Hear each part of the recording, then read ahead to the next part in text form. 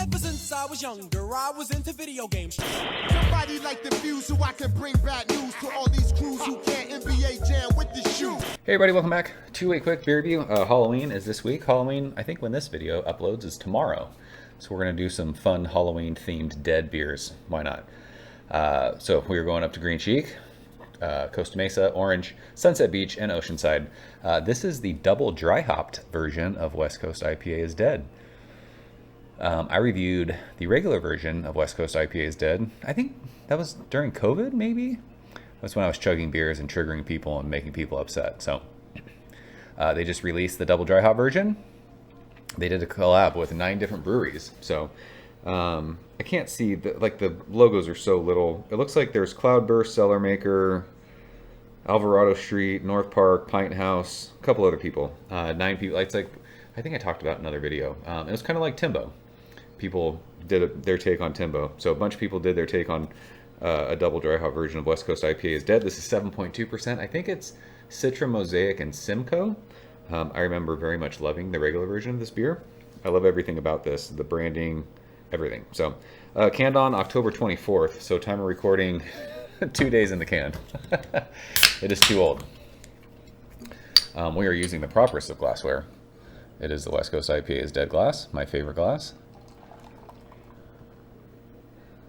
I just love the whole West Coast IPA is Dead thing. I remember during the haze craze, people were saying how nobody's going to want to drink West Coast IPA anymore.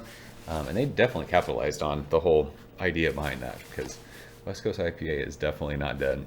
It is the best kind of beer. So I mentioned it. The one light out here is out. So these beers probably look way darker on camera. This looks like sunshine. It is super, it looks like a lager. Just crazy light yellow. And there are 0 bubbles in the glass. Half a finger of bright white head. I'm guessing this is just crazy hopped, and the hop oils are affecting like the carbonation maybe. I don't know. There's one. This beer is not very not very lively in the glass, we should say. So let's smell this thing and just sit with it and hang out with it. We're not going to chug it. This beer smells fucking awesome. It is super citrus, but there's just like this crazy dank blueberry thing. And it's earthy, like caddy. I was just at Green Cheek today. I was in Italy for 2 weeks, so I hadn't been to Green Cheek in a while. And I was hanging out with my buddy John. And like when you walk in there, there's just like a cool smell in Green Cheek. Like it kind of, this beer is reminding me of just sitting in there smelling like the smells that you smell. Yeah, it smells dank. It smells pithy, which sounds weird because pithy is what you taste, but super like just wildly citrus forward. Yeah, blueberry and like this cool earthy caddy thing. It smells awesome. Cheers.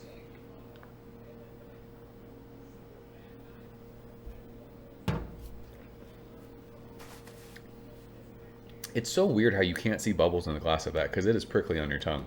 What is the science behind that? I don't know. Oh, fuck. This beer is so drinkable for, what did we say, 7.2%? It's over 7%. This is not hashtag Team Low ABV. Orange pith, grapefruit peel right at the front of your tongue. As it goes across, you get that intense, dank blueberry thing. It's sweet, candied. And then you get like this rad, like crusty white bread sweetness on the finish. Finish is dry, it's earthy. A little bit of that caddy thing we were smelling is on the finish. But this is very like blueberry fruity forward with just a ton of citrus and just super fucking dry. Like I could chug this. It's bright, just clean, crushable. Lingering bitterness, a little bit. Nothing crazy. This is definitely in the vein of the new school West Coast IPA. But that sweetness on the finish, like that crackery sweetness, just works so well with like all that blueberry and like intense like tangerine juice that you're getting. This beer's fucking awesome. I love this beer. I loved it the first time I had it. I mean, this is the double dry hop version of it, so I mean, maybe it's a bit more intense. I have no idea. Obviously, I don't have a regular can of this to compare, but I mean, Green Cheek just kills the West Coast style. So thankful that they're local to me now. I just, between we were talking. I was talking to John when we were there. Like we saw McElhaney just did another West Coast IPA release. We were just talking about like the crazy shit that they put in it. Like we're so thankful and blessed to like live where we live with the amazing clear beer that we get. This is world-class stuff. So we'll leave it at that. That is a double dry hop version of West Coast IPA is Dead from Green Cheeks. You guys have this one? Let's talk about it. I have the North Park version of this. I have the Alvarado Street coming. I got a can of the Pint House one, so I'll be reviewing some more of these moving forward into November. Looking forward to them. So this beer is worth your time if you like new school West Coast IPAs. So that is it. I appreciate you guys watching. I will see you soon. Cheers. Thank you for coming behind the bar, in the arcade, all that shit.